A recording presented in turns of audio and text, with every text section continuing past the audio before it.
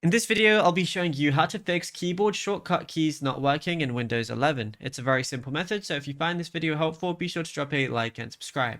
Now, if this happens, it's usually caused by frozen Windows Explorer shell thread, a hardware level Windows key lock, or an application hijacking your system's global hotkey registry.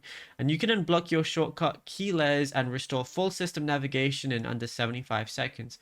So if only shortcuts involving the Windows key are failing while others work fine, your keyboard has likely activated its built-in gaming privacy lock, and this hardware feature intentionally severs the Windows key signal to prevent accidental desktop drops during the game.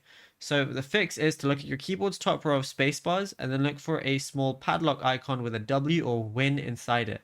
Press the following combination depending on your brand, so FN and the Windows key, or dedicated WinLock key, or FN plus F12, which is most common on MSI and Asus laptops.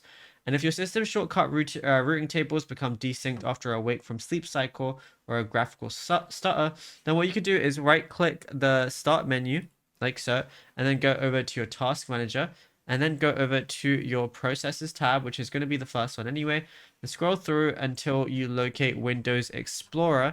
And then all you want to do is right click it and then click restart, and then you should be good to go. Now, if you found this video helpful, be sure to drop a like and subscribe.